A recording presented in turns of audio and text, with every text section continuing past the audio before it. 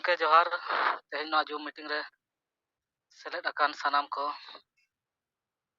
aling sed ko single johar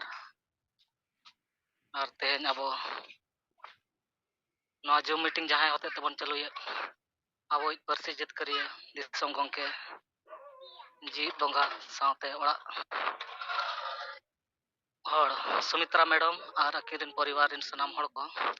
aling sed khonag single johar aling gibar lekata mena All India Single Sarna Dharam Madwa Sarasma block president लेकातलिंग कमिया आदो अड़ी दिन खा bowling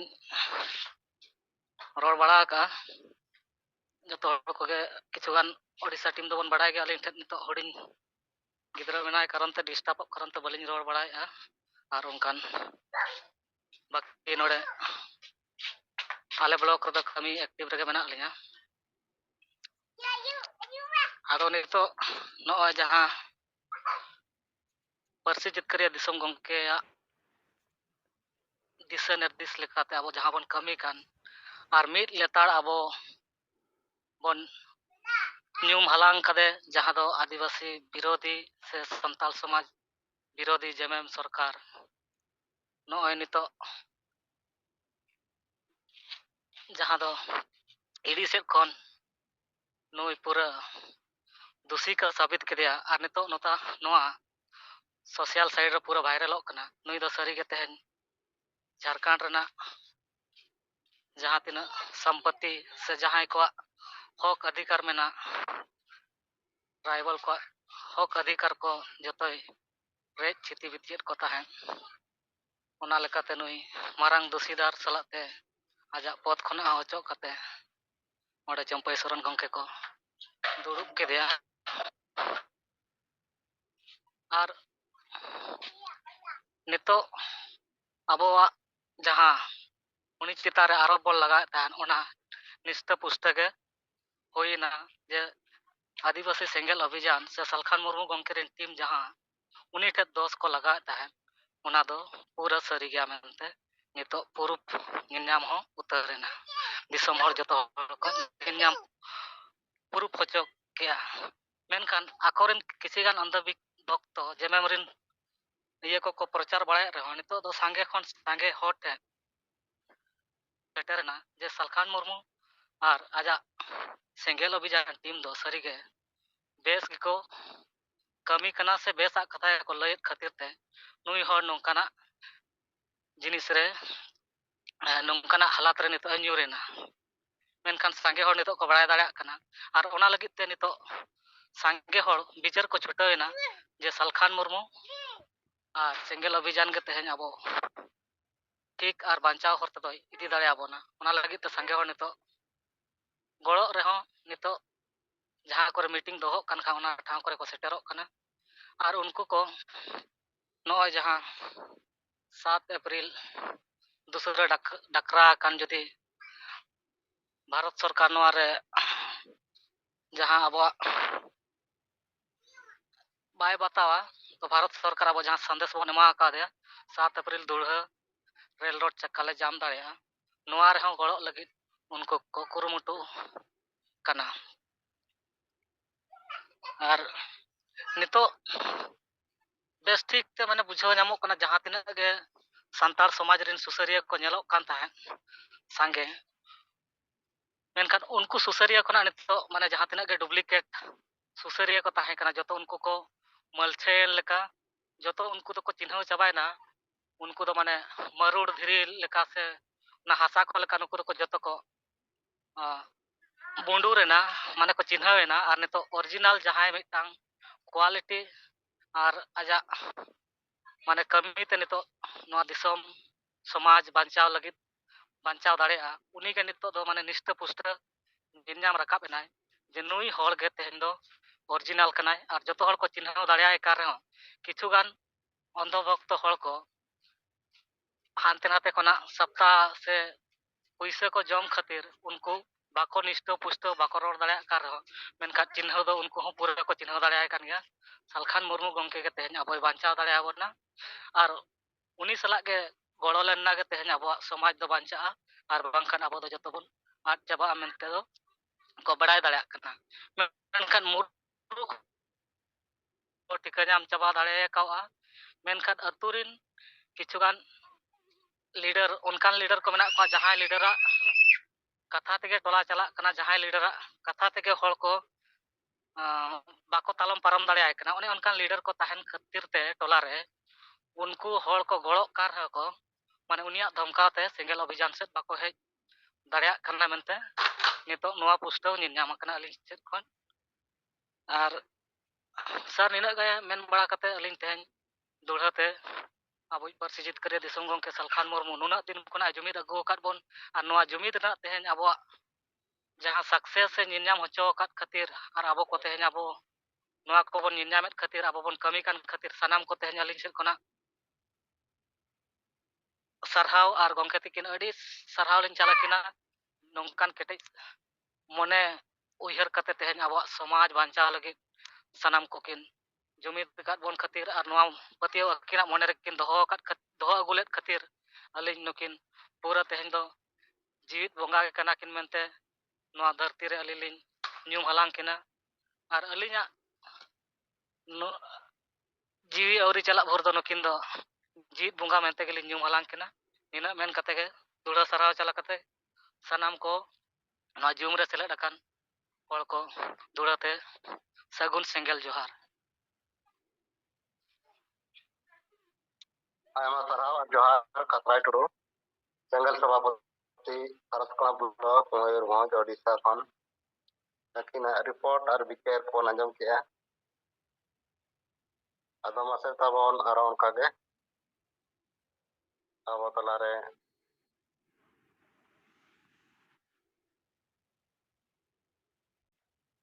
अच्छा ठीक गया तो ठीक गया इन पाटा से बिचार लेकाते दो जे नतो नय अब दिनम सेता आयुब मीटिंग रे मेना बवा और अडी लेकाना अब जते गेबन बड़ायआ जे झारखंड सरकार रे चेत चलाक कना और अब चेत कोबन कमीआ नोआ हो अब बेस्ट बन बड़ाया आदो नय नतो सरकार रे नय जहां गे नतो हुलचुल या उथल पुथल हुई कना आदो जहां गे हेमंत सोरेन सरकार जहां गे जेल चलावना आज अडिगान गलती का है ओना इदी कतर गे चलावना आदो अब नय गमके लय आगुत किया जहां सरकार गे हिजु जे जहां पार्टी गे हिजु आदिवासी दो हरा गया आदिवासी दो गुजुक गया चिकाते अकोय पार्टी अकोय नेता हो अब आदिवासी हासा बांचाव भाषा बांचाव धर्म बांचाव नौकरी बांचाव रेदो बानुक को नतो धरिते उल्टे नोआ गगज रेगे मेना को आदो ओना लेकाते गमके लय किया नुकु वर्षा तेदो अब बाबन बांचाव दाड़ेया दोसार अब नोआ गे लय किया जे नय अब हासा भाषा जाति धर्म बांचाव रे कुर्गी खन बांचाव रे मारांग बुरु बांचाव रे चारहं समाज रे सुधार आगु कते सेना जुमिद बनाव रे ओना इदी कते के अब नय अडिगान नोआ दिन गेबन रोड़े आर दिन गे रोड़ हुईआ तो ओना लेकाते अब दिन गे नो रेल रोड चक्का जाम एमान आर नतो बन लगाव कन गया तो नोआ कामी रे अड्डी मरा बाधा हिजुक कना चिकाते चे नोडे आबो सुमुंग बन लगाव कना और सावता लगित हासा भाषा जाति धर्म दो ना दो समाज रे कना लेकिन समाज रे हर नेतो धरे नुकुआ चेत रहो गड़ो बानुका आदो नुना मरांग अबो सावता रे हासा भाषा जाति धर्म रे अब लड़ाई कना और नोआ सावता रे हर जदि नोरा बाको गड़ोआ उनको सेट खन नोआ डिमांड बाय हिजु आवाज बाय हिजुआ या समाज ᱧᱩᱛᱩᱢ ते जहां गे संगठन को चला अगु का और बन बड़ाय को गया चाहे उनको दो संताली राइटर्स एसोसिएशन हुई चे उनको दो आसेका हुई चे नुको दो जहां गे माझी परगना मांडवा हुई चे आर उनका गे अडिगान गोटा गे बिहार बंगाल असम उड़ीसा अडिगान मेना कोआ आर आतु दिसम रिन माझी परगना आर ओंडे खन खासकर जहां बुद्धिजीवी मेना को ऑल पढ़ाव स्टूडेंट को मेना कोआ चे बुद्धिजीवी को मेना कोआ नुकु हो नोआ कामी रे चेत हो योगदान बानु एनखान नुना मारा डिमांड माने समाज सेट खन जुदी न बाय रकाबा एनखान नोआ मिटंग सेना राजनीतिक मुद्दा बाय बनाव दाड़ेया कना एनखान नोआ लेकाते आबोआ माने जुमिद दो बाको नेल ᱧᱟᱢᱮ आबो बाको बरो आबोन नोडे दो सालखान मुर्मू आर आदिवासी सेंगेल सुमुंग सला गेको नोआ दको डिमांड या बाकी समाज रे डिमांड दो बांग कना एनखान ओना लेकाते आबो नोआ रे दिक्कत हिजुग कना आर ओना लेकाते गे नेतो जान लेका गमके लई आय जहां गे मीडिया सेट खन हिजुग कना हेमंत सोरेन ना फेवर रगे अडिगान को मेना चे बा नुई हेमंत सोरेन चाहे जेएमएम सरकार नुई दो आदिवासी सरकार कनाय आदिवासी हुयते नुई को जेल लेकाना दोष एकाना को नौका नुकु को लइया आर नुकु नोआ को आर एक पाँच नोआ को लइया जे बीजेपी दो आदिवासी माने होय आदिवासी विरोध रेगे नोय कमी आदो ओना लेकाते नोआ नेल ᱧᱟᱢᱚᱜ आर नुई दो ठीक गया हनांग आदिवासी सरकार जेएमएम सरकार लेकिन आबो लेकाते दो सोझे बन नेलेया जे नुई दो आदिवासी फेवर रे दो बाय कमी कन्या आदिवासी लगी बाय कमी कना आदो ओना लेकाते आबो नोआ गे कथा बो रकाबेआ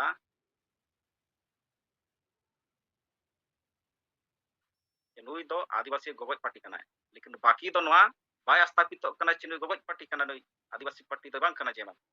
आदो ओना दो चेलकर बाय स्थापित कना नोडे दो केवल आबो सुमुंग गे बो रकाबेआ चे नुई हासा भाषा जाति धर्म में गज है जेमे आदो ओना लेकाते नोआ बाय स्थापित दाड़ेया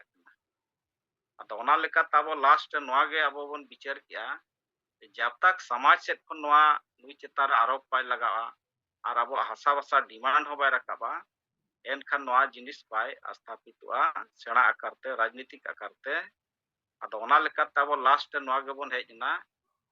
जे सरकार हो नोय आबो लगातार नोय अल्टीमेटम बन एमाय करना रेल रोड चक्का जाम रे आदो ओनाते बाय गानो कना नुकु बाको गड़ो कना आदो नेतो लास्ट नोआ गे आबो बन हेजना चे आबो जहाय लगित बन कामी कना और उनको बाको गड़ो कना नेतो नुकु पारी अल्टीमेटम बन एमा कोआ जे नोआ हासा भाषा जाति धर्म नोआ दो सेंगेला बांग कना सालखाना बांग कना पूरा समाज रे कना आदिवासी समाज चे संथाल समाज रे कना तो नोआ रे आपे पे गड़ो आचे बांग नोय आर हम सेंगेल दो 7 अप्रैल आर हम रेल रोड चक्का जाम चे भारत बंदे को लकाय आदो नोआ चेतार नुकु सबो को हुआ जहां गे नुकु सावता गावता आदिवासी जे आपे नोआ 31 मार्च ते आपे नो हासा भाषा जाति धर्म बांचाव रे पे गड़ो आचे बांग और नो 7 अप्रैल भारत बंद रेल रोड चक्का जाम रे पे गड़ो आचे बांग लई पे आर बांखान दो आले सुमुंग ते दो बाले बचाव दाड़ेया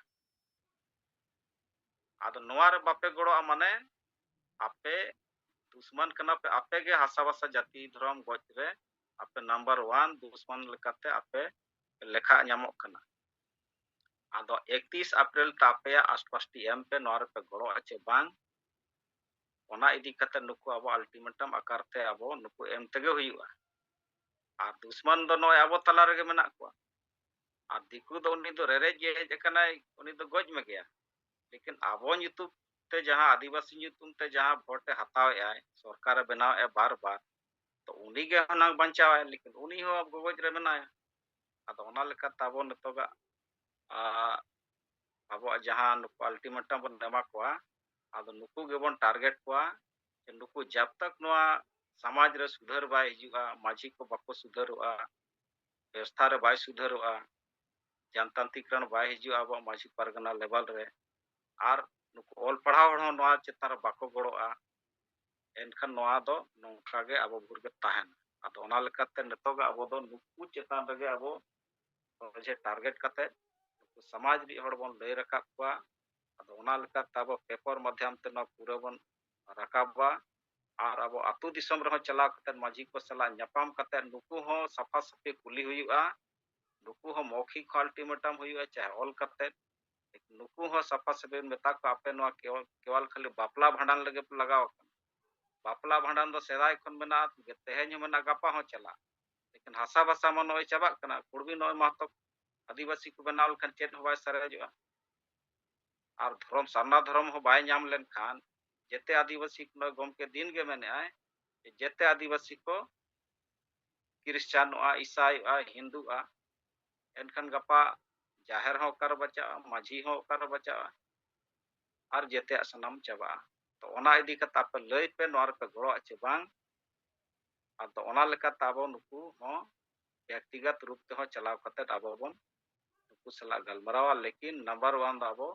पेपर माध्यम ते नो बन हाईलाइटा जे नुकु सामाजिक होड़ संगठन आबो नोर पे गड़ो आचे बांग निना 31 मार्च ता पे लय पे मा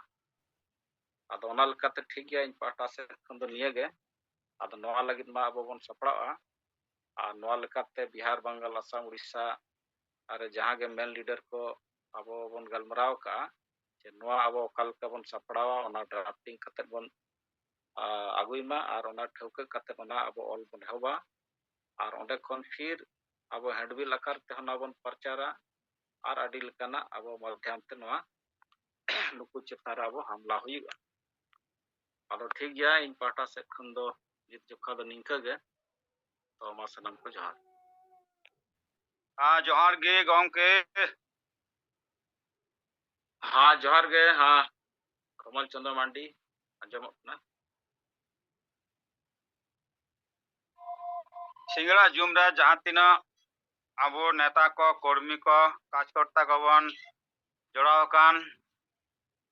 सानाम दिसोम रेन नेपाल भूटान बांग्लादेश रेन हो नुको इन पास्टा से खन अडी सारहाव और गॉड जोहार सावते आबो पार्सी जीत के जेठ बोंगा सालखान मुर्मू और उनकोरन परिवार इन पास्टा से खन अडी साय साय गुण मनाव जोरहाव जोहार इन कमल चंद्र मांडी रैन प्रेसिडेंट कोलकाता आदो नितो इया आतो दिसोम हेज अकना इया आतो दिसोम ओंदा ब्लॉक रैन मेटांग सेंगेल वीडियो लेकाते दायित्व रे मेना कदिया नोआ नोडे दायित्व रे हेज तेहेñ बार दिन हेज ना बार दिन होई कते देñ नोआ दारे पासे दाड़ा केदा आदो नोआ रे मेटांग पिया आतो चलाव ना पिया आतो रेन हर ठीक ठाक बाñ जोटाव दड़े को एंते रहो उनसा गलमरा होइना तो मेटांग आतो रेन दो ओंडे नापाम होइना इ आतो रे मेटांग टावर मेनाया लक्ष्मी कांतो मुर्मू उनी आते चलावना पासना आतो रे तो ओना आतो रे आलिंग ओंडे मांझी लहाते लय हटो तहन होला लय हटो तहन गापा हिजो अमा आतो ते आमेम ताहेना आदो तेहेñ चला होइना उनी टावर इदी कते तो उनी मांझी दमा बाñ नाम लेदे नुको दो मारे डहार रेन हर लेकान हर नुको को आनते आनते को चला आयु खान गे बुलु हर से को ताहेना जाहोक मांझी आतो जखन चला खाना मांझी दागे जना होय तिया मांझी जना कते ओना आतो रे गलमरा दरकारिन कना तले मांझी दा आगे जना होया मांझी जना कते ओंडन को गुनी गुनी इन हो जारा केत को नालिम बार हर तेली हो जारा केत को हो जारा कते को जारायना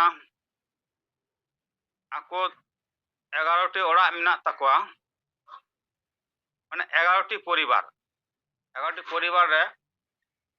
10 जन को जावरा लेना और 10 जन को जावरा लेना नुको 10 जन तलारे मेटांग बिचारिन दो केदा जे आबुआ सेंगेल अभियान जहां बिचार मेना माने गगज डहार और बांचाव डहार नुआ बारा जहार डहार मेना ओना अडी पुष्टो सही लया को आबो धर्म बाबन नाम लेखान आबो धर्म आबोरन हर मिते ईसाई आको हिंदू आको मुस्लिम आको आरो जहां जहां करे मेना को उनका गे जेमन ईसाई सुर करे जहां हर मेना को उनको ईसाई से को चला हिंदू इलाका रे जहां हर मेना को हिंदू से को चला ख्रिस्टान इलाका रे जहां हर मेना को ख्रिस्टान से को चला उनका के बौद्ध धर्म जहां से मेना को उनको बौद्ध धर्म को चला join disom Punjab re abore santal ko thanan ko join ko se ko chala ko nungka ge sanam disoma metang idi kate meta ko onwa sanam disoma jon Madhya Pradesh nungka na metang udaharan kate ma pa abwa state kore abore santal ko mena ko nungka ko join kate meta ko ta onte ko goyon chaba tabona tale onte jodi ko goyon chaba atki chaba tale abwa dharam chaba tale abu bon chamba muchad na ado noa muchad lenkhan muchad abon tale ado abuwa metang manjhi hoy ape ato 10 orak te metang manjhi mena tapya tale noa manjhi ato do metang nonde noa elaka do kana Hindu dharma elaka kana tale nonde metang mondir ko benawa ar mondir ko benaw lekhan unko metang bunga ko benaya ado onde ge abu god jhar hoy tabona ado noa ki ape pe khojok kana se noa pe chei kana se ape pe banchaw lagit pe hijuk kana ba leg chei kana mente abuwa jaha dharam na ona bon banchaw dohoya abuwa sanskriti bon banchaw dohoya ado ona re ko menda bang gomke noa do ma do badi se ge chala tala ji badi se chala kan tala banchaw le pe menda se gujul le kuleda ado bang banchaw do laga ge unka ge bhasha idi kate rodak ko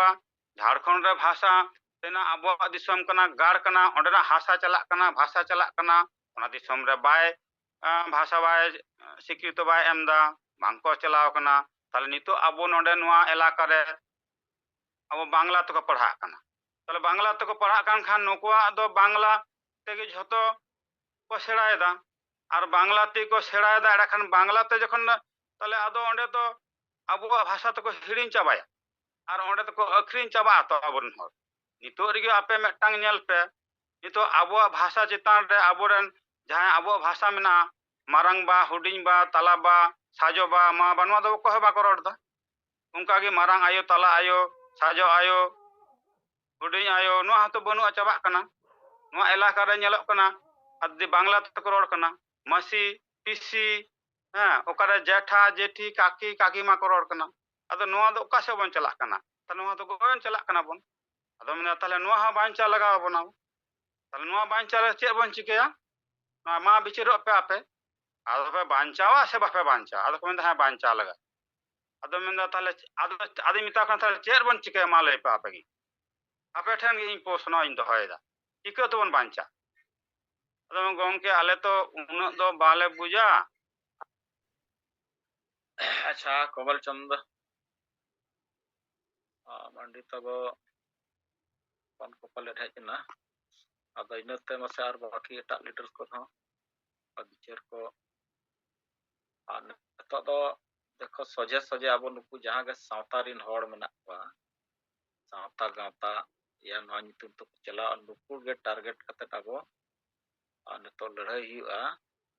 या argument हुआ नुकु जब तक ना बात को सजे माने नवा दो अड्डी गे दिक्कता तो ना दिक्कत अब नतो दो सजे नुकु चेतान रे सवाल रकाब हुआ रोड हुआ ऑल आकारते रोड आकारते तो जते लकते गे अब समांग हुआ अब ना दिक्कत मा अब सपड़ा हां कमल चंद्र मांडी मा अच्छा गomge nito anjomok kana हाय हाय आमा बीच रे पताव नेलना अच्छा तो पा लेना आदो गomke बढ़ती बेसी बाइन रोड़ा आदो खाटो nyok tegi rod tabona arho time ita ko rod tabona ado ona ko jokhon ko ako sanama ti ko hash kar keda abo bhasha idi kate abo sanskritik idi kate abo dharam idi kate joto sanama gin bujhawa ko adi bistar bhab tegi na pray 2 घंटा gan onde duru hoyna je tarpore adom na to goro lekhan lei keda ma tale ape nonde okoy pe tahen kana ape gota pe unia nyutum den iman pe in ato towering dohaya pe nonde na ato tower men ta ape mo pe ma ado men hoilna bar hore ma bar hore mo benden bar horin dohabina ado bar hore ado ko menda bang metang nito do metang gi tha tor china ado unia nyutum chhatierina Mohendra Baske ona do ato do kana onda block rena Pundra Mauja ko metak kana Pundra Mauja ar Pundra ato kita ko ado Mohendra ᱵᱟᱥᱠᱮ ᱩᱱᱤ ᱟᱛᱳ tower ᱞᱮ ᱵᱟᱪᱷᱟᱣ ᱠᱮᱫᱮᱭᱟ ᱟᱫᱚᱧ ᱢᱮᱛᱟᱜ ᱠᱚᱣᱟ ᱱᱩᱭ ᱟᱛᱳ ᱴᱟᱣᱟᱨ ᱱᱩᱭ ᱢᱟᱫᱽᱫᱷᱚᱢ ᱛᱮᱜᱮ ᱟᱯᱮ ᱡᱷᱚᱛᱚ ᱠᱤᱪᱷᱩ ᱠᱷᱚᱵᱚᱨ ᱯᱮ ᱧᱟᱢᱟ ᱟᱨ ᱱᱩᱭ ᱡᱟᱦᱟᱸ ᱞᱮᱠᱟ ᱟᱯᱮ ᱢᱮᱛᱟ ᱯᱮᱭᱟ ᱚᱱᱠᱟ ᱱᱩᱭᱟᱜ ᱠᱟᱛᱷᱟ ᱛᱮᱯᱮ ᱪᱟᱞᱟᱜᱼᱟ ᱛᱚ ᱢᱮᱱᱫᱟ ᱦᱮᱸ ᱪᱟᱞᱟᱜ ᱟᱞᱮ ᱞᱮ ᱪᱟᱞᱟᱜᱼᱟ ᱩᱱᱤ ᱡᱟᱦᱟᱸ ᱠᱚᱭ ᱟᱹᱜᱩᱭᱟ ᱠᱷᱚᱵᱚᱨ ᱠᱚ ᱚᱠᱟ ᱠᱚᱨᱮ ᱢᱤᱴᱤᱝ ᱦᱩᱭᱩᱜᱼᱟ ᱚᱸᱰᱮ ᱪᱟᱞᱟᱜᱼᱟ ᱟᱨ ᱱᱚᱝᱠᱟᱧ ᱢᱮᱛᱟᱜ ᱠᱚᱣᱟᱧ 30 ᱢᱟᱨᱪ ᱟᱵᱚ ᱵᱟᱸᱠᱩᱲᱟ ᱨᱮ ᱡᱟᱦᱟᱸ ᱰᱤএᱢ ᱴᱷᱮᱱ ᱡᱟᱦᱟᱸ ᱢᱟᱨᱟᱝ ᱢᱤᱫᱴᱟᱝ ᱡᱩᱢᱤᱫ ᱠᱟᱛᱮ ᱚᱸᱰᱮ ᱫᱷᱚᱨᱱᱟ ᱫᱩᱲᱩᱵ ᱪᱟᱞᱟᱜ ᱦᱩᱭᱩᱜᱼᱟ ᱚᱸᱰᱮ 10,000 20,000 ᱦᱚᱲ ᱤᱫᱤ ᱦᱩᱭᱩᱜᱼᱟ ᱚᱱᱟᱨᱮ ᱡᱳᱜᱽᱫᱟᱱ ᱛᱟᱦᱮᱱ ᱦᱩᱭᱩᱜ ᱛᱟᱯᱮᱭᱟ ᱟᱫᱚ ᱵᱟᱝ ᱜᱚᱝᱠᱮ ᱟᱞᱮ ᱞᱮ ᱛᱟᱦᱮᱱᱟ ᱩᱱ ᱡᱚᱠᱷᱚᱱ ᱛᱟᱦᱮᱱᱟᱞᱮ ᱟᱫᱚᱧ ᱢᱮᱱᱫᱟ ᱱᱤᱛᱚᱜ ᱠᱷᱚᱱ ᱜᱮ ᱥᱟᱯᱲᱟᱣ ᱛᱟᱦᱮᱱ ᱯᱮ ᱟᱯᱮ ᱟᱨ ᱱᱚᱝᱠᱟᱱᱟᱜ ᱜᱚᱜᱚᱡ ᱠᱟᱹᱢᱤ ᱫᱚ ᱫᱤᱥᱚᱢ ᱨᱮ ᱪᱟᱞᱟᱜ ᱠᱟᱱᱟ ᱟᱨ ᱚᱱᱟ ᱢᱟᱨᱮ ᱰᱟᱦᱟᱨ ᱟᱨ ᱱᱟᱣᱟ ᱰᱟᱦᱟᱨ ᱚᱱᱟ ᱨᱮᱱᱟᱜ ᱛᱩᱞᱟᱹᱡᱚᱠᱷᱟᱧ ᱮᱢᱟᱜ ᱠᱚᱣᱟ ᱢᱟ ᱜᱚᱝᱠᱮ ᱱᱤᱝᱠᱟᱹ ᱞᱟᱹᱭ ᱠᱟᱛᱮᱫ ᱜᱮ ᱤᱧᱟᱹᱜ ᱛᱮᱦᱮᱧ ᱫᱚ ᱠᱟᱛᱷᱟᱧ ᱫᱚᱦᱚᱭᱮᱫᱟ ᱟᱨᱦᱚᱸ ᱢᱤᱫᱵᱟᱨ ᱟᱛᱳᱧ ᱪᱟᱞᱟᱣᱱᱟ ᱚᱱᱟ ᱜᱟᱯᱟᱧ ᱨᱤᱯᱳর্ট ᱛᱟᱵᱚᱱᱟ ᱚᱱᱟ ᱨᱮᱱᱟᱜ ᱨᱤᱯᱳর্ট ᱦᱚᱸ ᱜᱟᱯᱟᱧ ᱨᱤᱯᱳর্ট ᱛᱟᱵᱚᱱᱟ ᱛᱮᱦᱮᱧ ᱫᱚ ᱱᱚᱝᱠᱟᱜᱤᱧ ᱨᱤᱯᱳর্ট ᱫᱟ ᱛᱚ ᱴᱷᱤक ᱜᱮᱭᱟ ᱱᱚᱜᱼᱚᱭ ᱠᱚᱢᱚᱞ ᱪᱚନ୍ଦ୍ᱨᱚ ᱢᱟᱨᱰᱤᱭᱟᱜ ᱠᱟᱛᱷᱟ ᱠᱚ ᱵᱤᱪᱟᱹᱨ ᱠᱚᱵᱚᱱ ᱟᱸᱡᱚᱢ ᱠᱮᱜᱼᱟ ᱟᱫᱚ ᱟᱹᱰᱤ ᱥᱟᱨᱦᱟᱣ ᱟᱨ ᱡᱚᱦᱟᱨ ᱛᱚ ᱴᱷᱤक ᱜᱮᱭᱟ ᱢᱟ ᱛᱚ ᱚᱱᱠᱟᱜᱮ ᱢᱟᱥᱮ ᱟᱨᱦᱚᱸ ᱵᱟকি ᱞᱤᱰᱟर्स ᱠᱚᱣᱟᱜ ᱵᱤᱪᱟᱹᱨ ᱠᱚ ᱨᱤᱯᱳর্ট ᱠᱚ ᱟᱨ बाकी कथा को तो मासे एनखान और बाकी को आंजमा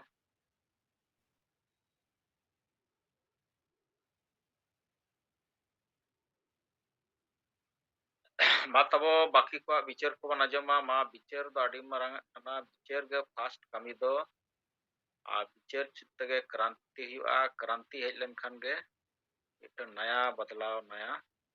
परिवर्तन हिजुआ तो ना इदी कते विचार दो अब लगातार माने बन एमा गोटा पेपर माध्यम ते आतु करे जहां लकाते विचार खूब चलाव लेनखान नवा चेतान रे आबोरे जहां गे समाज होर ना विचार तगे होया गोटा नवा दिन गे नवा विचार पासना खान अतो ओना लकाते अब नेतो दा डी ढेर विचार एम हुआ और प्रैक्टिकल हो अब नय आतु आतु अब गमके लय काट गया प्रत्येक ब्लॉक रे 10 टी आतु सेलेक्ट करते ओना 10 टी आतु माना बन लेवढा लेखान और ओना 10 टी आतु रे सेंगेल जुल लेखान बाकी ब्लॉक रे हो जुलुआ और ओना ब्लॉक खन 100 टी सेंगेल सेना बन सप्राव लेको खान ओंडे खन गे अड्डी मरंग क्रांति हिजुआ और ओंडे खन गे ताम उनको माध्यम तेगे नो पूरा समाज चेतन रे अब बन कथा बन रखाबा तो ओना लकते मा अब नो अडी बेस सुजोग बन ᱧᱟᱢ ᱟᱠᱟ नुकु समाज चेतन रे अब चलाव कते नो कथा को बन लैया आदो ठीक है मा तब बाकी लीडर्स का विचार को आंजमा मा जोहार गे अलिंग मालदा जन वेस्ट बेंगल करीम साइबर मीडियम चलते सनाम सिंगल कमी को सिंगल जोहार तो नय अब सिंगल अभियान तलाते हसा हसा जाति धर्म ना जहां मुद्दा मेना तबना ओना को सामान कते अब नय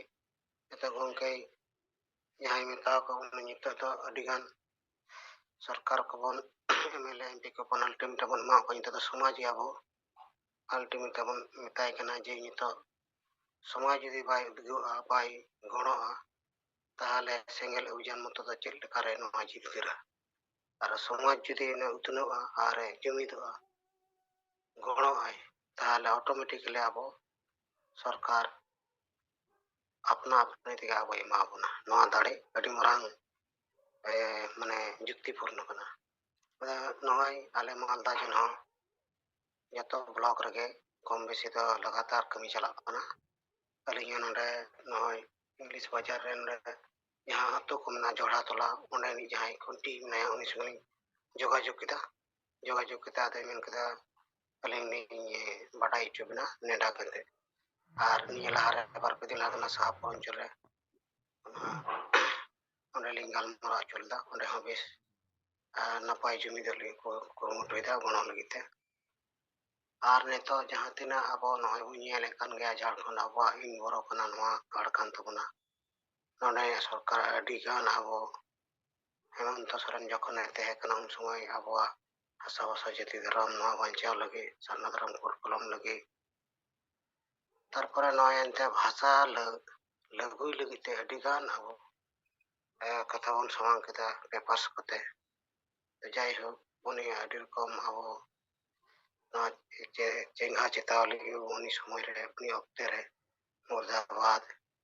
ᱟᱨ ᱱᱚᱜᱼᱚᱭ ᱵᱟᱢ ᱱᱚᱣᱟ ᱠᱚ ᱵᱟᱢ ᱠᱚᱨᱟᱣ ᱠᱷᱟᱡ ᱟᱞᱮ ᱟᱥᱟ ᱵᱷᱟᱥᱟ ᱡᱟᱛᱤ ᱫᱷᱚᱨᱚᱢ ᱵᱟᱢ ᱵᱟᱧᱪᱟᱣ ᱠᱷᱟᱡ ᱟᱢ ᱜᱚᱫᱤ ᱠᱷᱚᱡ ᱪᱷᱩᱲᱟᱹ ᱟᱫᱚ ᱱᱚᱣᱟ ᱠᱚ ᱮᱛᱮᱫ ᱚᱱᱟ ᱵᱤᱪᱟᱹᱨ ᱵᱟᱭ ᱫᱚᱦᱚ ᱞᱮᱫᱟ ᱟᱯᱱᱟ ᱟᱯᱱᱤ ᱜᱮ ᱱᱚᱜᱼᱚᱭ ᱟᱭᱟᱜ ᱡᱚᱢᱤᱱ ᱜᱷᱟᱴᱟ ᱞᱮᱛᱮ ᱱᱚᱝᱠᱟᱭ ᱢᱩᱨᱫᱟᱵᱟᱫ ᱮᱱᱟ ᱟᱭᱟᱜ ᱯᱚᱫ ᱠᱷᱚᱡ ᱴᱷᱤᱠ ᱜᱮᱭᱟ ᱟᱫᱚ ᱱᱚᱜᱼᱚᱭ ᱪᱟᱹᱢᱯᱟᱹᱭ ᱥᱚᱨᱮᱱ ko ᱥᱚᱯᱚᱫ ᱠᱚ ᱦᱟᱛᱟᱣ ᱦᱚᱪᱚ ᱠᱮᱫᱮᱭᱟ 5 ᱛᱟᱹᱨᱤᱠᱷ ᱨᱮ ᱩᱱᱤᱭᱟᱜ ᱡᱟᱦᱟᱸ ᱵᱷᱳᱴ ᱨᱮᱱᱟᱜ ᱵᱮᱯᱟᱨ ᱢᱮᱱᱟᱜ ᱛᱟᱭᱟ ᱚᱱᱟ ᱠᱚ ᱧᱮᱞ ᱦᱚᱪᱚ ᱞᱮᱠᱟ ᱞᱮᱠᱟᱛᱮ ᱛᱤᱱᱟᱹᱜ ᱜᱟᱱ ᱠᱚ ᱜᱚᱲᱚᱣᱟᱭ ᱠᱟᱱᱟ ᱚᱱᱟ ᱞᱟᱹᱜᱤᱫ ᱛᱮ ᱴᱷᱤक ᱜᱮᱭᱟ ᱟᱫᱚ ᱱᱚᱜᱼᱚᱭ ᱟᱵᱚ ᱱᱤᱛᱚᱜ ᱫᱚ ᱥᱚᱨᱠᱟর ᱢᱟ ᱵᱟᱭ ᱜᱚᱲᱚ ᱟᱵᱚᱱ ᱠᱟᱱ ᱜᱮᱭᱟ ᱵᱟᱠᱷᱟᱡ ᱱᱩᱭ ᱟᱹᱫᱤᱵᱟᱹᱥᱤ ᱱᱚᱣᱟ ᱥᱴᱮᱴ ᱠᱟᱱᱟ ᱡᱷᱟᱲᱠᱷᱚᱸᱰ ᱠᱷᱚᱡ ᱜᱮ ᱱᱚᱣᱟ ᱫᱚ ᱡᱚᱛᱚ ᱟᱵᱚ ᱵᱚᱱ ᱧᱟᱢ ᱜᱮᱭᱟ ᱟᱨ ᱚᱱᱟ ᱥᱟᱶᱛᱮ ᱟᱵᱚ ᱜᱚᱴᱟ ᱵᱷᱟᱨᱚᱛ ᱨᱮᱱ ᱡᱚᱛᱚ ᱟᱹᱫᱤᱵᱟᱹᱥᱤ ᱵᱚᱱ ᱩᱫᱽᱜᱟᱹᱣ ᱠᱚᱣᱟ ᱟᱨ ᱡᱩᱢᱤᱫ ᱠᱚᱣᱟ ᱡᱟᱦᱟᱸ ᱛᱤᱱᱟᱹᱜ ᱚᱱᱠᱟ ᱵᱟᱭ ᱵᱤᱪᱟᱹᱨ ᱞᱮᱫᱟ ᱱᱤᱛᱚᱜ ᱫᱚ ᱟᱵᱚ ᱥᱮᱸᱜᱮᱞ ᱚᱵᱷᱤᱡᱟᱱ ᱛᱮᱜᱮ ᱨᱟᱥᱴᱨᱤᱭᱚ ᱱᱮᱛᱟ ᱱᱚᱜᱼᱚᱭ ᱟᱵᱚ ᱫᱤᱱ ᱦᱤᱞᱳᱜ ᱵᱤᱪᱟᱹᱨᱮ ᱮᱢᱟᱵᱚᱱ ᱠᱟᱱᱟ ᱱᱚᱣᱟᱛᱮ ᱟᱵᱚ ᱵᱚᱱ ᱥᱩᱫᱷᱨᱟᱹᱜ ᱠᱟᱱᱟ ᱟᱨ ᱟᱵᱚ ᱱᱚᱜᱼᱚᱭ ᱵᱚᱱ ᱠᱩᱨᱩᱢᱩᱴᱩᱭᱮᱫᱟ ᱛᱚ ᱟᱞᱮ ᱢᱟᱞᱫᱟ ᱡᱮᱞᱟ ᱠᱩᱨᱩᱢᱩᱴᱩ ᱨᱮ ᱢᱮᱱᱟᱜ ᱞᱮᱭᱟ ᱟᱨ ᱞᱮ ᱡᱩᱢᱤᱫᱚᱜ ᱨᱮᱱᱟᱜ ᱞᱮ ᱪᱮᱥᱴᱟᱭᱮᱫᱟ ᱟᱨ ᱜᱚᱲᱚᱜ ᱛᱮᱜᱮ ᱦᱩᱭᱩᱜᱼᱟ ᱱᱚᱣᱟ ᱟᱵᱚᱣᱟᱜ ᱴᱟᱨᱜᱮᱴ ᱢᱮᱱᱟᱜᱼᱟ ᱚᱱᱟ ᱞᱟᱹᱜᱤᱫ ᱛᱮ ᱟᱵᱚᱣᱟᱜ ᱱᱚᱣᱟ ᱠᱚᱨᱟᱣ ᱢᱟᱨᱟ ᱰᱩ ᱟᱨ ᱰᱟᱭ ᱱᱚᱣᱟ ᱥᱟᱯᱳᱨᱴ ᱠᱟᱛᱮ ᱟᱵᱚ ᱱᱚᱜᱼᱚᱭ ᱫᱤᱱ ᱦᱤᱞᱳᱜ ᱵᱚᱱ ᱠᱟᱹᱢᱤᱭᱮᱫᱟ ᱟᱨ ᱢᱤᱫᱴᱮᱱ ᱠᱷᱚᱵᱚᱨ ᱟᱹᱞᱤᱧ ᱛᱮᱦᱮᱧ 3 ᱛᱟᱹᱨᱤᱠᱷ ᱠᱟᱱᱟ ᱟᱹᱞᱤᱧ ᱚᱱᱟ 1000 ᱴᱟᱠᱟ ᱡᱳᱛᱤ ᱢᱩᱨᱢᱩᱣᱟᱜ ᱮᱠᱟᱣᱩᱱᱴ ᱨᱮᱧ ᱯᱟঠাᱣ ᱠᱮᱫᱟ ᱛᱚ ᱱᱚᱜᱼᱚᱭ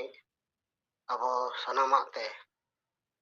ᱢᱟᱱᱮ ᱴᱟᱠᱟ ᱯᱚᱭᱥᱟ ᱛᱮᱦᱚᱸ ᱜᱚᱲᱚ ᱨᱮ ᱟᱵᱚ ᱵᱚᱱ ᱛᱟᱦᱮᱱᱟ karon samang re adi laᱹᱴᱩ ᱠᱟᱹᱢᱤ ᱢᱮᱱᱟᱜ ᱛᱟᱵᱚᱱᱟ ᱡᱟᱭ ᱵᱟᱦᱩ ᱱᱤᱭᱟᱹ ᱠᱚ ᱠᱟᱛᱷᱟ ᱢᱮᱱ ᱠᱟᱛᱮ ᱜᱮᱞᱤᱧ ᱢᱩᱪᱟᱹᱫ ᱫᱟ ᱢᱟ ᱫᱚᱦᱲᱟ ᱛᱮ ᱥᱟᱱᱟᱢ ᱠᱚ ᱡᱚᱦᱟᱨ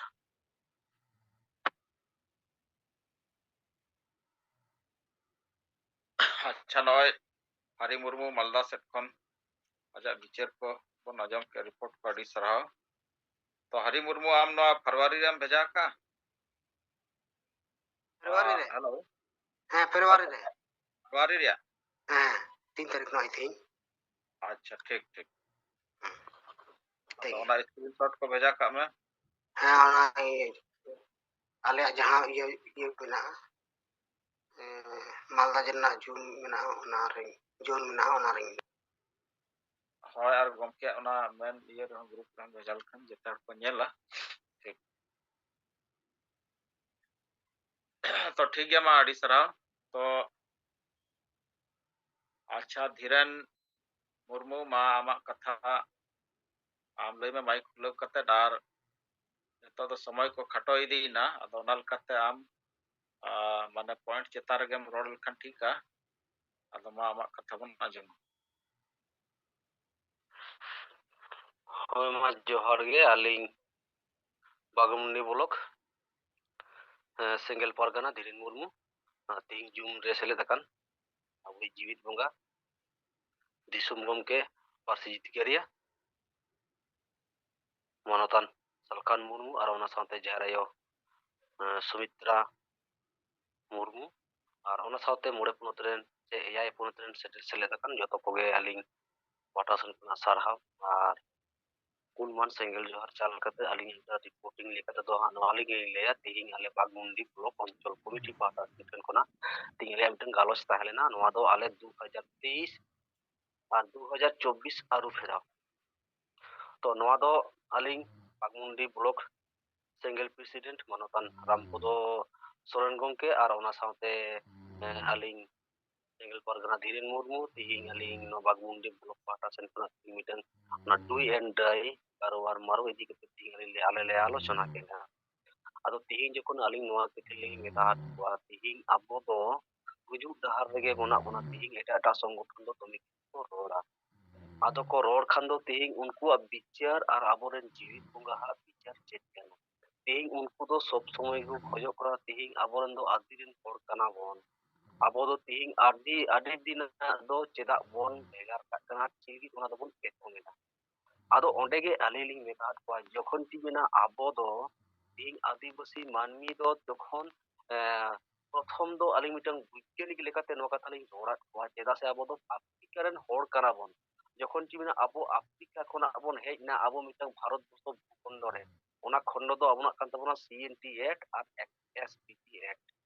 तो ओना जायगा रे बोन हेज एकरा तिहिं उन रे दो धर्म हो बाय ताहेलेन ताबोना उन रे दो होइते किना जाति ताहेलेन ताबोन रे तबे उन रे दो तिहिं आबो जाति सत्ता लेका तो होइते कि मेना आबोना उपरुम ताहेलेना तबे तिहिं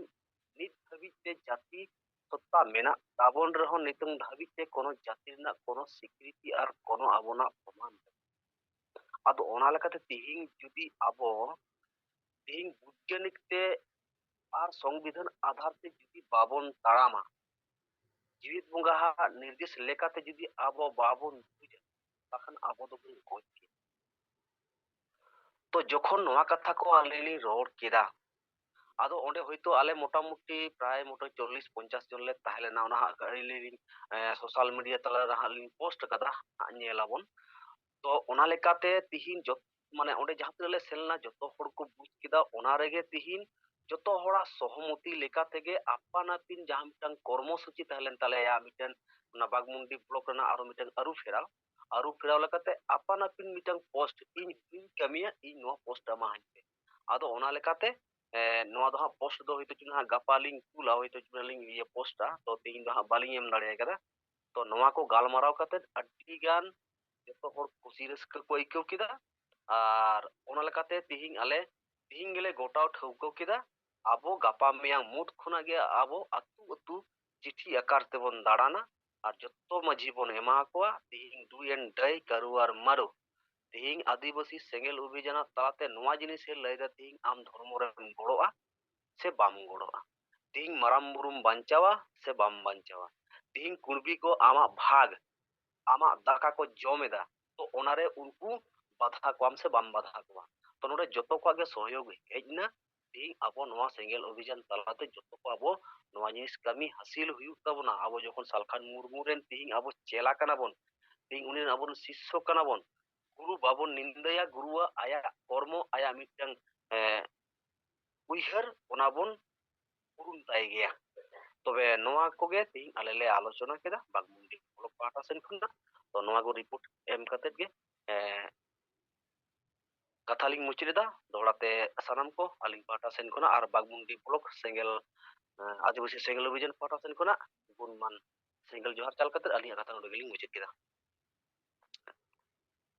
अच्छा नॉय नतो बागमुंडी प्रखंड को नॉय प्रखंड परगना सेंगेल अब नुया कथा विचार अड़ी बेस अड़ी नॉय को गपाल मराव किया अब ठीक गया अड़ी सरहा अब माझी को जहाँ करे नोआ नतो जहाँ करे अडिगन रिपोर्ट अब ठन हिजु कना चे माझी को नोआ को बताव या और गड़ो को ᱧᱟᱢ कना अब ओनकान रेदो जहाँ रेगे माझी को गड़ो कना गड़ो को रेबेन इच्छा को एनखान आलेले मेन चालेले गड़ो गया अब ओनकान स्थिति रेदो उनका गड़ो को मेन खाउंडे मिटा स्टेटमेंट लेका हबन चेष्टाय खान अच्छा ठीक गया एनखान आबो आपे माझी सेट खन मिटा स्टेटमेंट बन बनावा तार माने बखन आपे बना पे और नोआ एम पे जहाँ गे नोय हासा बासा जाति धर्म रे आले ले गड़ोआ और तेहन खन नोआ जहाँ आदिवासी सेंगेल अभियान जहाँ समाज सुधार रे कमी हासा बासा जाति धर्म बचाव रे कमी आले नुई सला मेना लिया और नोआ आंदोलन रे हो भाषा आंदोलन से धर्म आंदोलन नोआ जहाँ गब चला नोआ रे आले पूरा पूरी गड़ो ले एम समर्थन ले एम और नोआ स्टेटमेंट को हेज लेन खान गोटा नोआ पसना नोआ को नेला बाकी माझी को नोआ को तर्कोआ जे बांग नुकु नोआ प्रखंड से नोआ ये टोठारिन माझी नोआ को स्वीकार किया सेंगेल रे हासा भाषा जाति धर्म गड़ो बचाव रे तो एनखान नोआ मिटंग बेस मैसेज चला तो नौका नौका तगे सेंगेल पसना नोआ हबन चेष्टा दाड़े खान माझी पाटा सेट को नोआ दो आपो सहमति को पेपर माध्यम तो ठीक गया मा आदो ठीक गया नितो दो समय को तबन नय हुईना आदो नितो दो बन जिराव खान के ठीका और अब एहब खन बन रोड खान आडी ढेर नोआ होर बन रोड दाड़ेया आदो एहब रे आडी घड़ी अबो बन थिर कोआ आदो लास्ट दो तबो समय हो चाबा कान खान ढेर समय बाय ñam आरो रे आदो ओना इदी कते एहब खन गे रोड लेखान आडी ढेर रोडोआ आदो नितो दो खान अबो जिरो से बन चलाआ आदो नितो मा जहाँ गे बखेण को जुदी बन सपड़ाव का ᱡᱩᱢᱤᱫ ᱵᱟᱠᱷᱮᱲ ᱟᱵᱚ ᱡᱩᱢᱤᱫ ᱵᱟᱠᱷᱮᱲ ᱠᱟᱛᱮᱫ ᱛᱮᱦᱮᱧᱟᱜ ᱡᱩᱢ ᱫᱚ ᱱᱚᱰᱮ ᱜᱮᱵᱚᱱ ᱡᱤᱨᱟᱹᱣᱟ᱾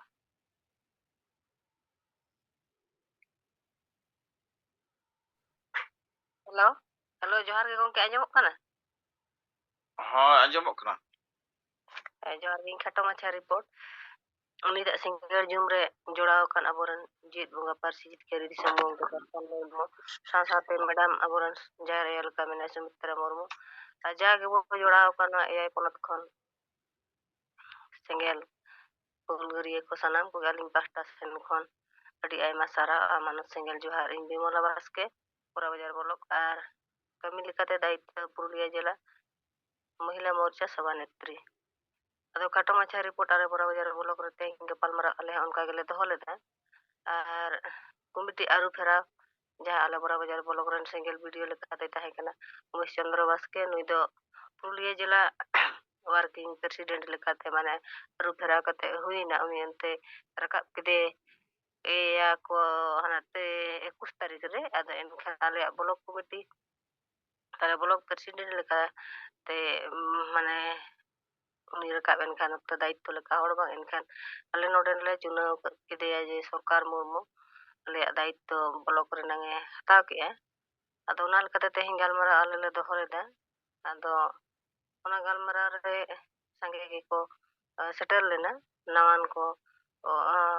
ᱡᱟᱹᱥᱛᱤ ᱠᱟᱭ ᱛᱮᱫᱚ ᱱᱟᱣᱟᱱ ᱠᱚᱜᱮ ᱵᱮᱥᱤ ᱦᱮᱱᱟᱜ ᱠᱚ ᱛᱟᱦᱮᱸ ᱠᱟᱱᱟ। ᱱᱟᱣᱟᱱ ko ᱢᱮᱱᱛᱮᱫᱚ ᱱᱤᱛ ᱫᱚᱠᱚ ᱵᱟᱹᱜᱤ ᱦᱟᱛᱟᱲ ᱞᱮᱫᱟ, ᱵᱷᱟᱥᱟ ᱢᱳᱨᱪᱟ ᱠᱚᱨᱮ ᱠᱚ ᱫᱟᱬᱟ ᱵᱟᱲᱟ ᱞᱮᱫᱟ, ᱚᱱᱟ ᱵᱷᱟᱥᱟ ᱟᱱᱫᱳᱞᱚᱱ ᱠᱚᱨᱮ। ᱮᱱᱠᱷᱟᱱ ᱟᱹᱰᱤ ᱫᱤᱱ ᱜᱮ ᱫᱩᱲᱩᱵ ᱠᱚ ᱛᱟᱦᱮᱸ ᱠᱟᱱᱟ। ᱟᱫᱚ ᱱᱩᱭ ᱡᱚᱠᱷᱚᱱ ᱱᱟᱣᱟᱱᱤᱡ ᱞᱮ ᱯᱨᱮᱥᱤᱰᱮন্ট ᱞᱮ ᱛᱤᱸᱜᱩ ᱠᱮᱫᱮᱭᱟ, ᱛᱟᱦᱞᱮ ᱟᱭᱤᱡ ᱜᱟᱛᱮ ᱠᱚ ᱡᱟᱦᱟᱸ ᱛᱤᱱᱟᱹᱜ ᱢᱟᱲᱟᱝ ᱥᱮᱱᱤᱡ ᱠᱚ ᱛᱟᱦᱮᱸ ᱠᱟᱱᱟ ᱱᱩᱠᱩ ᱠᱚ ᱯᱷᱳᱱ ᱠᱟᱛᱮ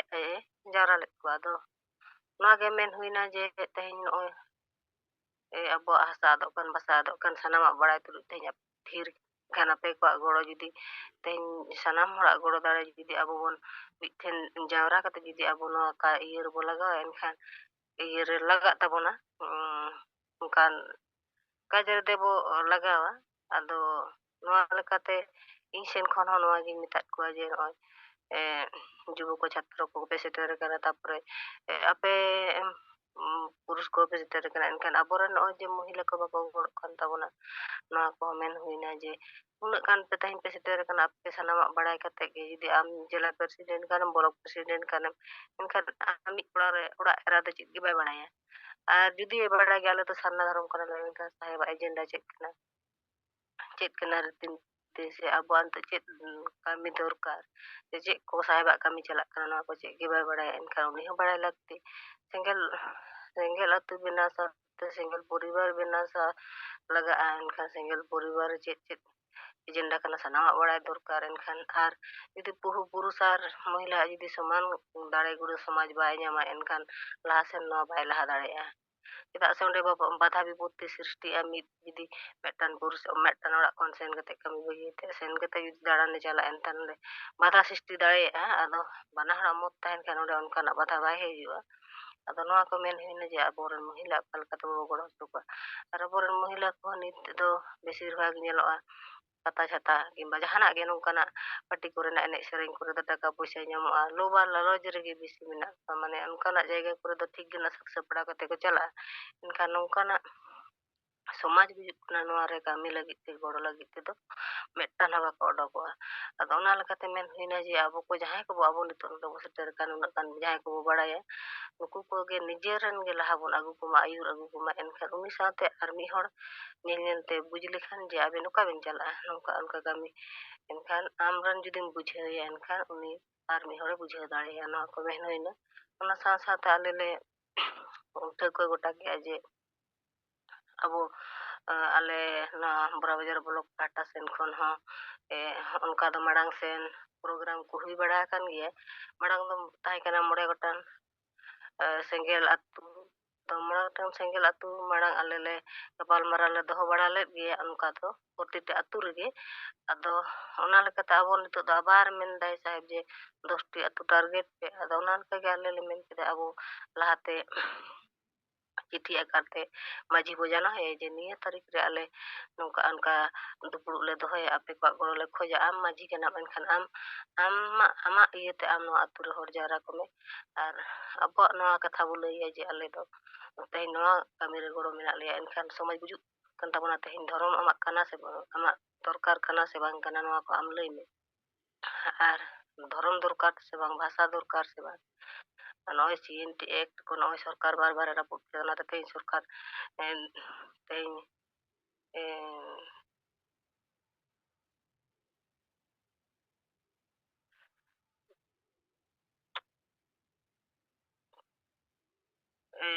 नॉय को अरेस्ट के दिए नवा को मेन हुई ना नुका कते बो बुझे को नवा को जुदी को मेना सारी की नवा को दरकार की kana ताले दरकार की करता है नील में बुजुक को एंते रहो आप जिदा बापे गड़ो को दला आपे माझी को आपे नवा अतुड़ अरे मूल हैंडलिंग दो kana आपे माझी के दला आपे माझी को गड़ो आयु जुदी ᱧᱟᱢᱚᱜ आ एनखान निश्चय अब बुजित करो माताल आम आमरन हन अपन को आते पिसाम सपड़ा kana ओना दीर आले ले सेटरो आर आमरन अपन को ता दुड़ कते अब नो अब साला गोटाया आर आपे सेनते आपे चेलका कथा को पे दोया आपे बिचार हो अब बो अंजमा आर आले बिचार आपे तला रे बो पसनवा जहाटा के सटिक तबना नवा गे अब बोन गड़ोआ आर नितो ऑक्टो बानो नित अब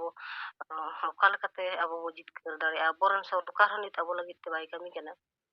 नित अब सरकार पर फुटे बड़ा उतर ना जे सारी आदिवासी को जी चितान लेवल रे को रखा एन लो वाला जो कुरे मेन लेदा जे आदिवासी को लगी तीन सरकार इन बना कर आदिवासी को लगी दिन कमी है जे मिटान तो कुंबुर तो ये कते ए दिसम रे पासना ना दो नवाल कते मेन ही कना बोरन दो नित अब जीत कर लगी कने एकमात्र जुमित तड़े अब दो जीत कर दाड़े अब ना एम नवा छाड़ा दा बोरन सरकार दो जहाटा सरकार की जो अब लगी तो बाई कमी अब जुमित कते जुदी कटे धारा आंदोलन एनखान अब निश्चय सरकार एमबो एमा हाबोना नवा को मेन हुइना नवा सा ताले रे तेंगे टका कोले कलेक्शन किदा आर उनका ते दोन हा गपा मियांग ते पम्पलेट कोले ओडोका आर पम्पलेट साथे माझी को आते चिट्ठी को एम करते आर ओना अतुर देवाल लिखोन साथे पम्पलेट आकारते सनामा संगे करते आर ओना अतुर दुपुड़ ले दोहया ना को आले ले गोटा के आदो आर नो हले गोटा के जे तेंगे कमिटी बेरे नंग ताहे कना महिला को कमिटी हो मेने ताने ला गठन अपन एनखान संगे धरा महिला को बाको सेटल लेन खातिर तेहिन दो बांग हुइलेना मेनखान नेक्स्ट आरो मिटी प्रोग्राम रे सपड़ा को आगे पामियंगे मेनखान ओना प्रोग्राम रे आले कमिटी को ले बेरेदा आर इने बदे के आले दो इले अतु दुपुड़ ले दोहया आर जहाँ गंके जहाँ निते पांच पैसा अच्छा अच्छा ये बिमला बसका दो चेत डिस्कस हुईना खटोतम थोड़ी दिल kan ठीक का समय तो बड़ी गंके खटो तगो आर जहाँ नित जहाँ पांच पैसा जहाँ अब उछेन तबोना जे ओका जगह खन बको एम का तो उनका लका दाले दो नवंबर मास खनर दो रेगुलर गेले एम दी दा नवंबर डिसेंबर आदो उन दो रजिस्ट्रेशन होय तो रजिस्टर बा खातार बांग रकाब कान तहन आदो नवा जनवरी मास ना एनंग जहाँ लका कटी जहाँ लका अंजम तियो किदा एनखान आले नितुम जे जनवरी मास रहो बांग भिजाव कना नोंकान अंजमेना आदो एनखान जनवरी मास रहो ना आले दो नोडे खन जुबो प्रेसिडेंट मेना ताले मानी खादा आदो नुया इये तेगे आले माने पैसा को कलेक्शन बड़ा करते नुया अकाउंट तेगे आले ले भेजाए आदो उनका करते बड़ा हुईना जे उनका ओंडे को मेने तो जे बांग भेजाओ पर आदो जनवरी मास रही भेजाओ का आर उनका जे तोड़ के कलेक्शन तेले एम का आदो नवा के एकाल का रकाब करना से बांग रकाब करना नवा के आलिंग पास्टा सेन खन आर आले बड़ा बाजार ब्लॉक पास्टा सेन खन नवा के कटी बड़ा रेना जे भेजा करते बांग रकाब करना से काल का नवा के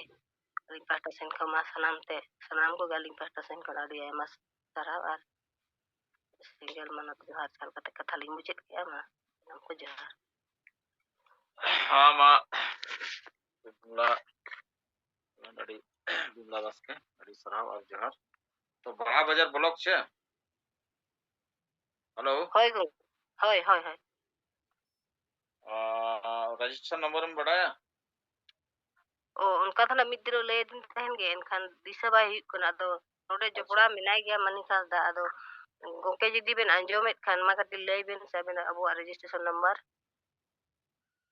बड़ा बाजार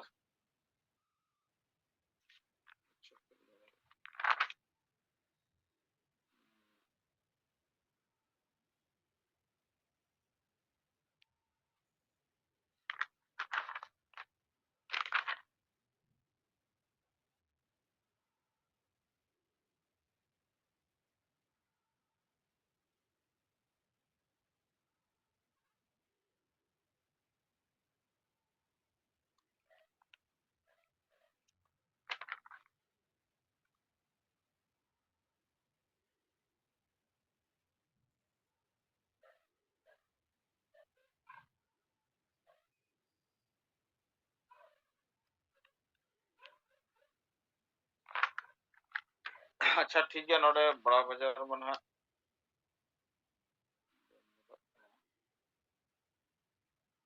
ᱟᱪᱪᱷᱟ ᱴᱷᱤक ᱜᱮᱭᱟ ᱜᱟᱯᱟ ᱠᱚᱵᱚᱱ ᱧᱮᱞᱟ ᱴᱷᱤᱠ ᱟ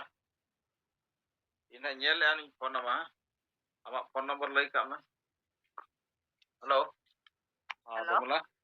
ᱟᱢᱟᱜ ᱯᱷᱳᱱ ᱱᱚᱢᱵᱚর ᱞᱟᱹᱭ ᱢᱮ 98 98 83 83 49 49 84 84 06 06 ᱴᱷᱤक ᱜᱮᱭᱟ ᱤᱧ ᱞᱟᱹᱭ ᱟᱢᱟ ᱱᱟᱦᱟᱜ ᱴᱷᱤक ᱜᱮᱭᱟ ᱦᱳᱭ ᱴᱷᱤक ᱟᱪᱪᱷᱟ ᱴᱷᱤक ᱜᱮᱭᱟ ᱢᱟ ᱱᱚᱜᱼᱚᱭ ᱟᱵᱚ ᱱᱤᱛᱚᱜ ᱫᱚᱵᱚᱱ ᱡᱤᱨᱟᱹᱣᱮᱜᱼᱟ ᱟᱫᱚ ᱟᱵᱚ ᱜᱟᱯᱟ ᱠᱷᱚᱱ ᱫᱚ ᱢᱟᱲᱟᱝ ᱠᱷᱚᱱ ᱵᱚᱱ ᱨᱚᱲ ᱢᱟ ᱮᱱᱠᱷᱟᱱ ᱟᱹᱰᱤ ᱦᱚᱲ ᱪᱟᱱᱥ ᱵᱚᱱ ᱧᱟᱢᱟ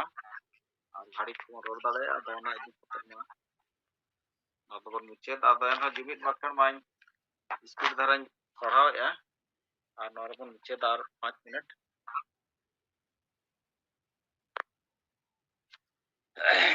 ᱟᱪᱪᱷᱟ ᱵᱟᱠᱷᱟᱱ ᱦᱤᱨᱞᱟᱹ ᱢᱟᱨᱟᱝ ᱵᱩᱨᱩ ᱡᱟᱦᱮᱨ ᱟᱭᱳ ᱢᱚᱬᱮ ᱠᱚ ᱛᱩᱨᱩᱭ ᱠᱚ ᱥᱤᱧ ᱵᱚᱸᱜᱟ ᱟᱨ ᱥᱟᱱᱟᱢ ᱵᱚᱸᱜᱟ ᱵᱩᱨᱩ ᱠᱚ ᱦᱟᱯᱲᱟᱢ ᱠᱚ ᱦᱟᱥᱟ ᱟᱨ ᱫᱤᱥᱚᱢ ᱡᱤᱛᱠᱟᱹᱨᱤᱭᱟᱹ ᱥᱤᱫᱚ ᱢᱩᱨᱢᱩ ᱵᱤᱨᱥᱟᱹ ᱢᱩᱱᱰᱟᱹ ᱚᱞ ᱜᱩᱨᱩ ᱜᱚᱢᱠᱮ ᱨᱚᱜᱷᱩᱱᱟᱛᱷ ᱢᱩᱨᱢᱩ ᱟᱨ ᱛᱤᱞᱠᱟᱹ ᱢᱩᱨᱢᱩ ᱥᱟᱞᱟᱜ ᱥᱟᱱᱟᱢ ᱵᱤᱨ ᱵᱟᱱᱴᱟ ko ᱢᱟ ᱟᱯᱮ ᱴᱷᱮᱱ ᱞᱮ ᱱᱮᱦᱚᱨ ᱡᱚᱦᱟᱨ ᱟᱨ ᱜᱚᱰᱚᱜ ᱢᱟ ᱟᱯᱮ ᱟᱞᱮ ᱫᱟᱲᱮ ᱟᱨ ᱜᱚᱲᱚ ᱮᱢᱟᱞᱮᱯᱮ ᱡᱮᱢᱚᱱ ᱟᱞᱮ ᱦᱤᱥᱟᱹ ᱥᱩᱭᱟᱹ ᱵᱟᱹᱜᱤ ᱠᱟᱛᱮ ᱡᱩᱢᱤᱫ ᱫᱟᱲᱮ ᱞᱮ ᱥᱟᱨᱥᱟᱣ ᱫᱟᱲᱮᱭᱟᱜ ᱢᱟ ᱟᱞᱮ ᱛᱟᱞᱟᱨᱮ ᱫᱩᱞᱟᱹᱲ ᱟᱨ ᱜᱚᱲᱚ ᱜᱚᱯᱚᱲᱚ ᱫᱟᱲᱮ ᱞᱮ ᱵᱮᱱᱟᱣ ᱨᱟᱠᱟᱵ ᱫᱟᱲᱮᱭᱟᱜ ᱢᱟ ᱟᱞᱮᱭᱟᱜ ᱫᱩᱠ ᱦᱟᱨᱠᱮᱛ ᱪᱟᱵᱟᱜ ᱢᱟ ᱟᱨ ᱟᱞᱮ ᱥᱟᱱᱟᱢ ᱦᱚᱲ ᱥᱩᱠ ᱥᱟᱱᱛᱤ ᱨᱮᱞᱮ ᱛᱟᱦᱮᱱ ᱢᱟ ᱟᱞᱮ ᱵᱮᱥ ᱦᱚᱨ ᱰᱟᱦᱟᱨ ᱞᱮ ᱥᱟᱞᱟ ᱵᱟᱪᱷᱟᱣ ᱫᱟᱲᱮᱭᱟᱜ ᱢᱟ ᱟᱨ ᱵᱮᱥ ᱦᱚᱨ ᱰᱟᱦᱟर ᱨᱮᱞᱮ ᱛᱟᱲᱟᱢ ᱢᱟ ᱥᱟᱹᱨᱤᱭᱟᱜ ᱨᱚᱲ ᱟᱨ ᱵᱮᱥᱟᱜ ᱯᱟᱸᱡᱟ ᱞᱟᱹᱜᱤᱫ ᱟᱞᱚ ᱞᱮ ᱵᱚᱛᱚᱨᱚᱜ ᱢᱟ ᱥᱟᱦᱚᱥ ᱮᱢᱟᱞᱮᱯᱮ ᱵᱚᱫᱚᱞᱚᱜ ᱠᱟᱱ ᱥᱚᱢᱚᱭ ᱥᱟᱞᱟᱜ ᱛᱟᱞ ᱢᱮᱞ ᱞᱮ ᱫᱚᱦᱚ ᱫᱟᱲᱮᱭᱟᱜ ᱢᱟ ᱠᱚᱲᱟ ᱠᱩᱲᱤ ᱢᱤᱫ ᱡᱩᱢᱤᱫ ᱠᱟᱛᱮ ᱞᱮ ᱛᱟᱲᱟᱢ ᱫᱟᱲᱮᱭᱟᱜ ᱢᱟ ᱟᱞᱮᱭᱟᱜ ᱡᱟᱹᱛᱤ ᱫᱷᱚᱨᱚᱢ ᱵᱷᱟষᱟ ᱵᱷᱟষᱟ ᱢᱟᱹᱱ ᱥᱚᱢᱢᱟᱱ इज्जत आबादी रोजगार चास बास ले बांचाव दो दाड़े मा फालतू कामी निशा हिंसा भोट किरिंग आखरिंग और बुलुग ले बगीमा जेमन आले मने जीवी और हड़मो केटेज तहन मा जुमड़ी कुमड़ू स्वार्थी और बड़ी हड़ पांजा बागी कते आले समाज ले पांजा केटेज मा बोंगा बुरु को मा आले सलाते आले रिन माझी पारगना और नायके को दाड़े और गड़ो एमा कोपे जेमन नवा बांचाव कमीर को गड़ो मा दिसम गमके सालखान मुर्मू आयुरते सानताड़ी पार्सी ले जितकर केआ एमाय पे केटेज दाड़े गड़ो और बुद्धि जेमन आजा आयुरते सारना धरम और दिसम लागे ले जितकर दाड़े मा बोंगा बुरु को मा सनाम दारे बुरु जीव जंतु चेणे चिपरू और एटा मानवा को आशीर्वाद एमा कोपे जेमन आको सुख शांति को तहन मा जोहार जतो दो शपथ मा बोंगा बुरु को आपे साखी सभा कते इन और आले किरिय ले हताव आचे आले जाति धर्म भाषा भाषा इज्जत आबादी रोजगार चासबास एमान बांचाव लगी इन और आले तन मन धन ते गड़ो ले एमोआ आपे आले आशीर्वाद एमालेपे जेमन आले लागे ले जुमिदो और जितकरो मा जोहार तो ठीक गया तेहना जूम मीटिंग दो नोडे के जिरावेआ और तेहना नोआ जूम रे जहां गेबन हेज सेटल लेना और जहां गे विचार को बन एम किया आदो मा जते कोगे अडी अडी सरहाव और गमके पाटा से जते कोगे सरहाव